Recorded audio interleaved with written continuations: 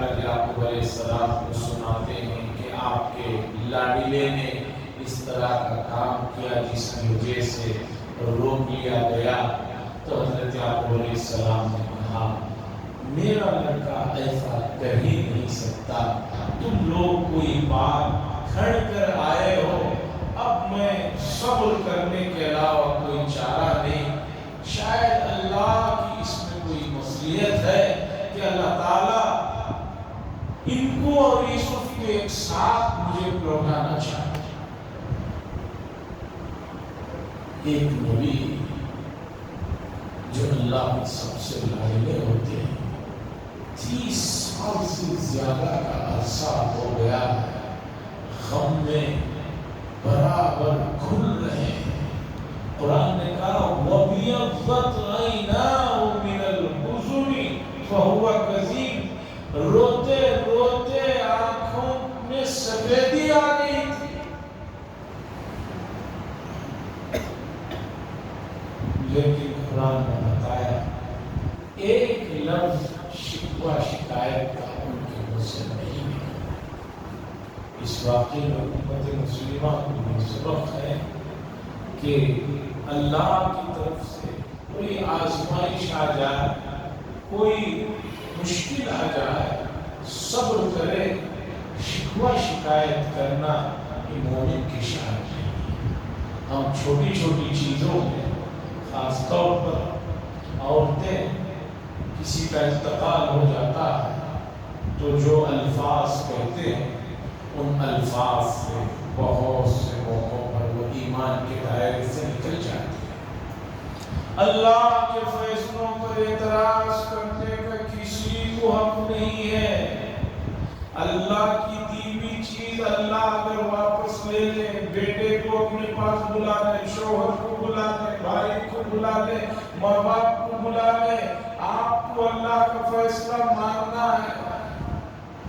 اس کی دی ہوئی چیز یا اس نے لے لیا تو اب اس میں اس طرح کے الفاظ کہنا کہ جس سے اللہ کے لیے توحید کا شائبہ ہوتا ہو، یہ مومن کی شان نہیں ہے۔ ہمیں بات سمجھنا چاہیے۔ حضرات انبیاء کے واقعات دیکھیے، 30 سال سے رو رہے ہیں حضرت یعقوب علیہ السلام، فراق میں رو رہے ہیں۔ قرآن نے کہا کہ آنکھوں کی حالت ایسی ہو گئی۔ اس کے بعد ادھر بنیامین حضرت یوسف علیہ السلام کے پاس رہ جاتے۔ اب آگے کیا واقعہ ہوتا ہے انشاءاللہ اگلے مجلس میں سناؤں گا۔ باقی دعوانا الحمدللہ رب العالمین۔ شکریہ اللہ